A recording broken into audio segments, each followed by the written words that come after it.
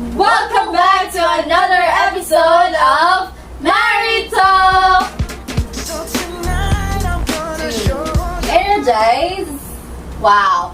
Well, sino nga ba ang guest natin for today's video, Mel? No, kinsa di ay?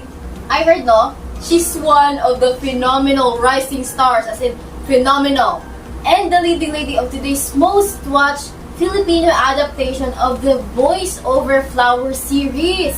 Favorite ko to, nung bata pa ako yung si Shanchay yun. Di uy, patak pa lang. Ay, di pala. Di ba Shanchay yun eh? Di ilagay. Well, anyways, I heard she's also a Cebuana, so baka magkaintindihan kayo. Malalang di na kay kumali sa di ani. Nasagip ko nga si Bana to siya.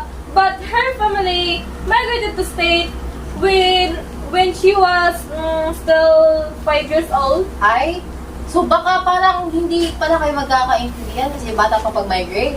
Tapos, di ba, basta mga 5, hindi pa siguro bihasa sa Bisaya yun, no? We'll find out about it. Let us welcome Miss Kay De Los Santos! Thank you for having me today. It's my pleasure. Oo, ako. Well, thank you also for accepting our offer to be our guest here. It's also our pleasure. Lingkod sa takay, balik ko taan Yes, please take a seat. So, gamay rin bilang mabisaya ko ngayon duman. Kita na, I'm still learning actually. Kumusta na yung biyahe? Nahigit ko sa Chismis. Kakarating mo daw dito sa Pilipinas. From your science to na tour ng Voice Over Flowers, di ba? Oh yes, actually, we're actually in a tour, no? Kasama ko yung co-stars, si Gojo, Narami, Choso, and Toji. Well, I heard these actors are like phenomenal also, right? Yeah, we're actually like around age, and then we actually get along very well. It's so nice. Wow, I haven't met them, but I want to meet them in the future. Oh, also. if you'd like, I'd introduce you to someone. Well, that would be nice. But anyways, we'll be having questions for you para sa yung totoong katauhan, sure. But Marry Talk will be back after the commercial break. Suso, tungod sa kalami, mahurot sa usa ka suyop. Nagbabalik ang Marry Talk! So we just need a little clarification here, no? Purong dalagang Pilipina ka. Yes, I was born dito sa Pinas, specifically sa Cebu. When I was like 5 years old, nag-migrate kami sa US kasi work purposes and that.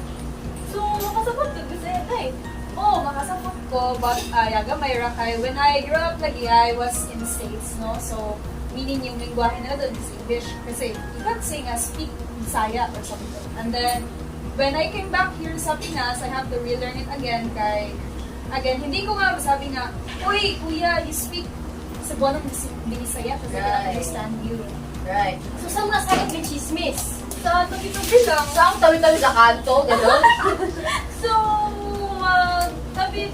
storya daw ta Binasaya day. Oo, lagi ko. Gamay pa may akong naibawaan. So how old are you when your family decided to settle here in the Philippines for good?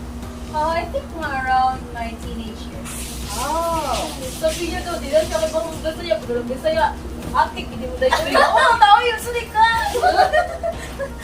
But before you magchikahan kayo, bago kayo magchikahan, Marry Talk will be back after that commercial.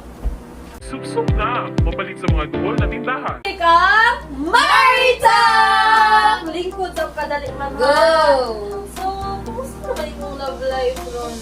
Ada, anting ni Rim. Anting ka dito. Anting ka gwapo. Gwapo, Diyos, saba ka din, subuga sa mama. Uy, di ba ako? Ang akong mama, dawat ka mag-usyag na nakukuya, bro. Ibog niya. So, nga sa atay. Ganon. Eh, so, hindi akong gusto ko yung tao na ako sa Timelay. Kaya sa Timelay, diya? Adri, gwapa ka ayo. Di mo sure. Gabay, zoom down. So, lagi daw. Ang galing niya. Yes, makikita mo talaga pinag-effortan, no? Na gamitin ulit yung unang wika. I'm flustered. Soft learning yan talaga yung ginagawa.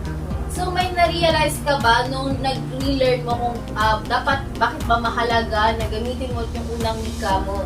Oo, kasi sa Cebu, everybody speaks Cebuano, diba?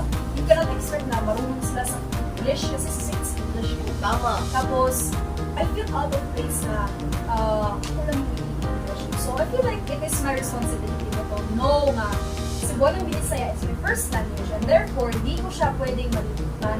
Kasi nga, it's a big honor. Slap ko lang. May iba kasi celebrities binabash or kinakancel. Pag nalaman na pure Filipina pala, tapos hindi marunong mag-Tagalog or di kaya magsalita ng sariling dialect. It's also like a dishonor to our ancestors. But, True ka dyan. Nakaka kasi ang pangalawang wika mo sa unang wika mo. yes, it's also our way of embracing our nationality or your pinanggalingan.